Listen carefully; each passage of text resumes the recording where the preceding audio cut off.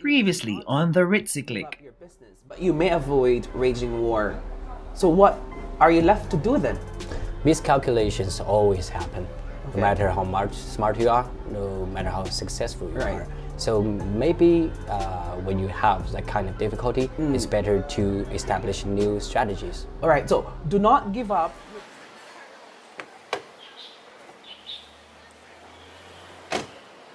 Join me as we discover what the art of war really means about getting exceptional results in any battle by appealing to spies and other sources of information.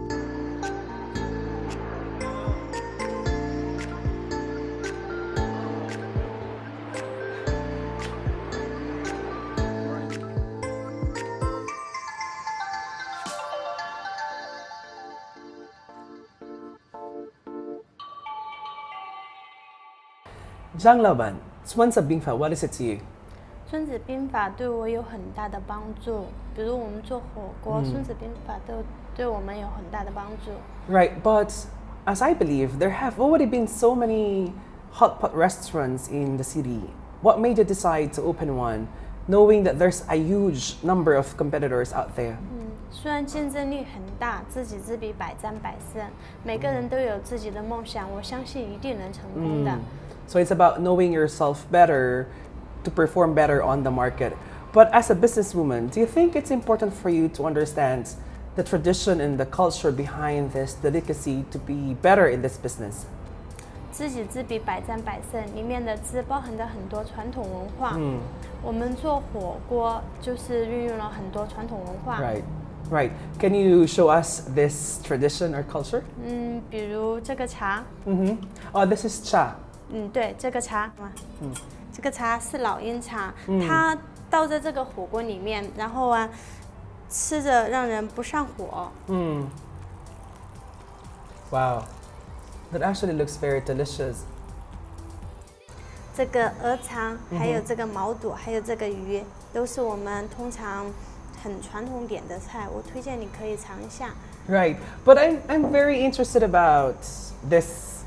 Why is it that Chongqing people love to eat this very numbing, spicy kind of food? 因为火锅来源于我们重庆，然后是重庆长江边上渔民发明了这个火锅。他吃这个火锅源于它有麻有辣，能出湿气。 Right, right. But what makes your hot pot unique?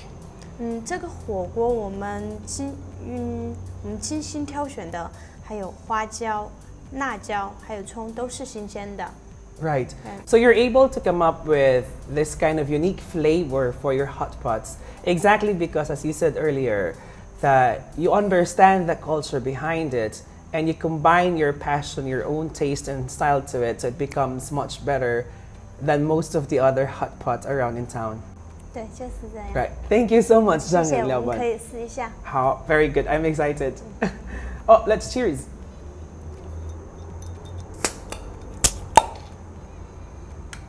Cheers. 干杯！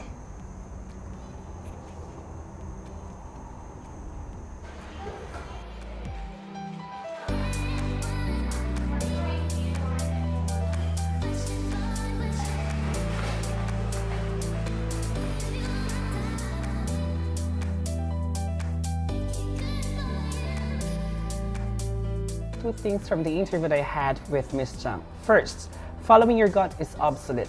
Claiming that you may have scored some political points following your gut may have worked in the past, but it's foolish at the time when there's so much data at our disposal able to help us to make better informed business choices.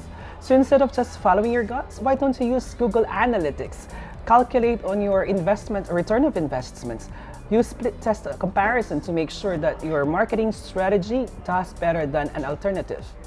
Second, blindly honoring tradition is also obsolete.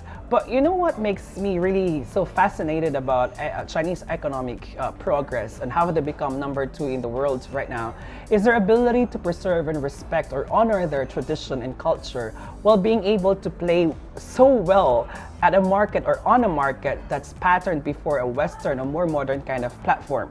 And I think that's what Miss Zhang did in her business. She wasn't so scared about the huge number of competitors on the market, for she studied about the culture of hot pot, the culture of Chongqing people, and added something to it so that it becomes a more unique kind of product.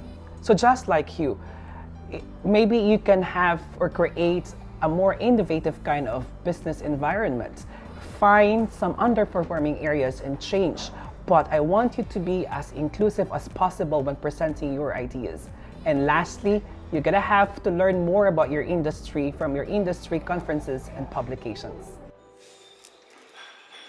That's your fourth lesson on how to get rich the Chinese way.